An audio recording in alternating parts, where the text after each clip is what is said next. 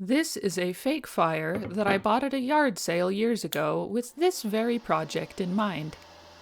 And then it got stashed away on a shelf somewhere, out of sight and out of mind, until now.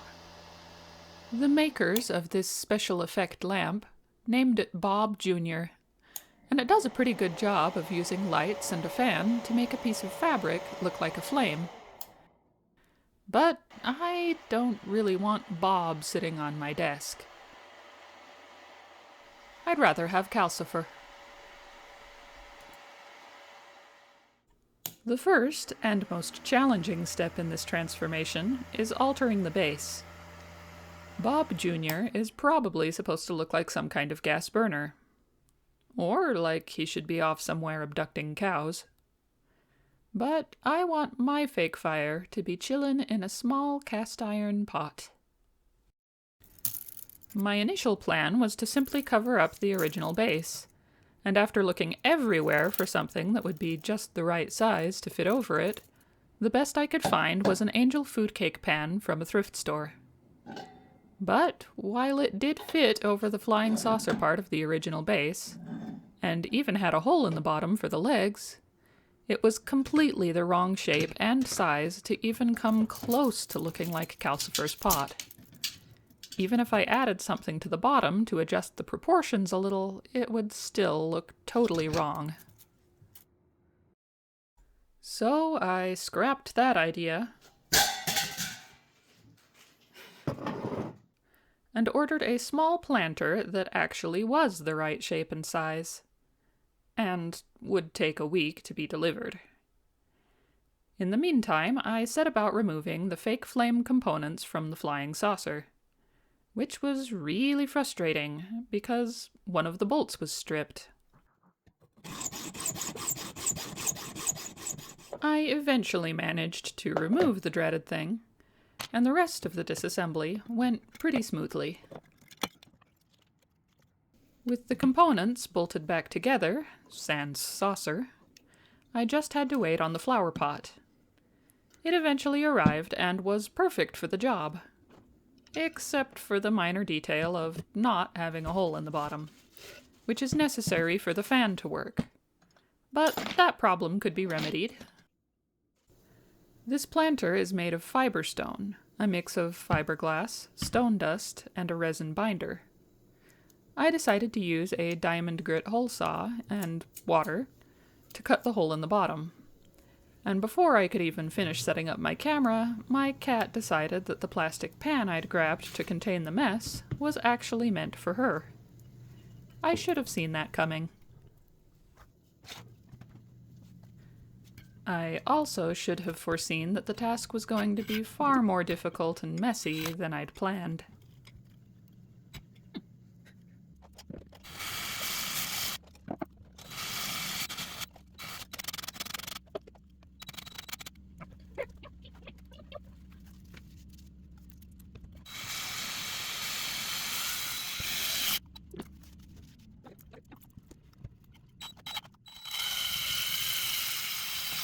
But I got there eventually.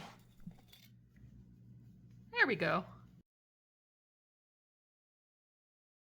Even though I had to make some adjustments after the initial cut because it was slightly off-center. While I was at it, I cut a little notch for the cord.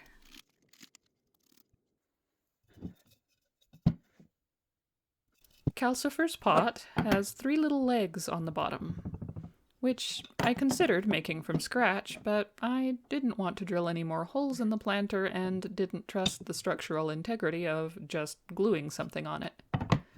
So I bought a little metal stand. The pot also needed a handle, which I decided to make out of a spoon. The reason for this will be clear shortly. But first, I had to drill just one more hole in the planter, and use the back of a grinding bit to countersink it so the bolt would be flush on the inside. But seriously, no more holes after this one. With the bolt snugly in place and with a layer of plastic wrap under the nut, Again, it will make sense shortly. I just needed to bend the spoon at the right angle. Since I am unfortunately lacking in the telekinesis department, I had to use a variety of tools and brute force.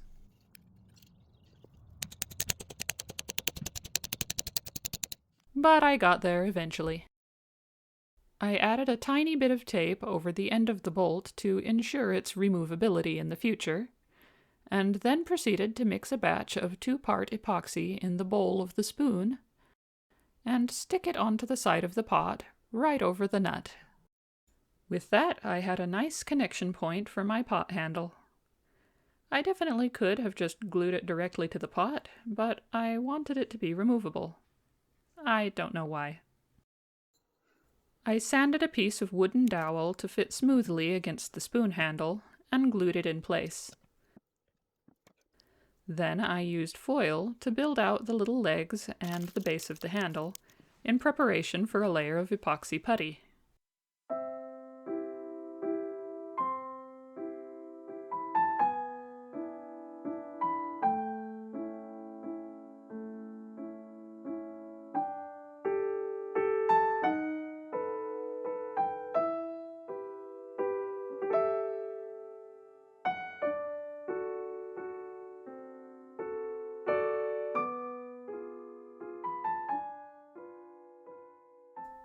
The putty had a tendency to settle and go all smooth and shiny as it sat, so just before it hardened completely, I added some texture with a little scrap of sandpaper. This only sort of worked, and I still ended up with slightly shiny finished pieces. I also ended up bending the handle at a slight upward angle somewhere along the line, but that's a minor issue. Now, the only thing left to do on the pot is add a coat of paint. Or 2. Maybe 3. I kinda lost track. I only painted partway down on the inside, because there's no reason to have paint down where the fake fire components will be. The components fit inside the pot nicely, but there was no way the original cover grill from the flying saucer was going to fit. So I had to order one of those too. The legs on the grill were too short, so I had to extend them a little. I may upgrade them later, but for now, oversized popsicle sticks held on with tiny binder clips will have to do. The lights do get hot, but I don't plan on running it very long at a time, and will not be leaving it unattended. Besides, it doesn't get that hot. If it did get hot enough to ignite wood, the solution would be to not use it, rather than just replace the wooden bits with metal and run it anyway.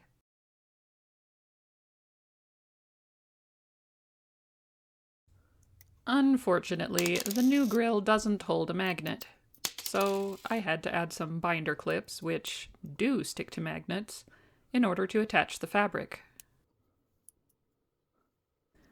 Speaking of the fabric, I had grand plans for improving the look of the fake fire, as well as having multiple versions of Calcifer, by cutting various flame shapes out of my own fabric and dyeing some of them to achieve different color variations.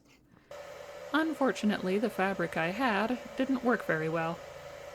I think the weave is too open and the texture is too soft. I decided it was not worth the further cost and delay to get more suitable fabric, so the original egg-shaped piece will just have to do.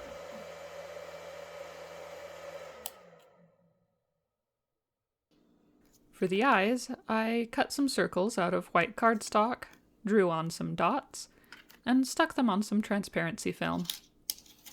I tried a few different shapes for the transparency film, and a Y shape worked the best, although it looked kinda like a transparent snail. I tried to make it look a little less snaily by cutting some flame shapes into it, but that didn't help much. Again, I had far grander plans involving different expressions painted on multiple interchangeable pieces of film, but that wasn't working out so well either. Maybe someday I'll make the various shapes, colors, and expressions needed to customize this Calcifer lamp to show all the different emotions he does in the movie. But for now, he will just be calmly watching from his pot.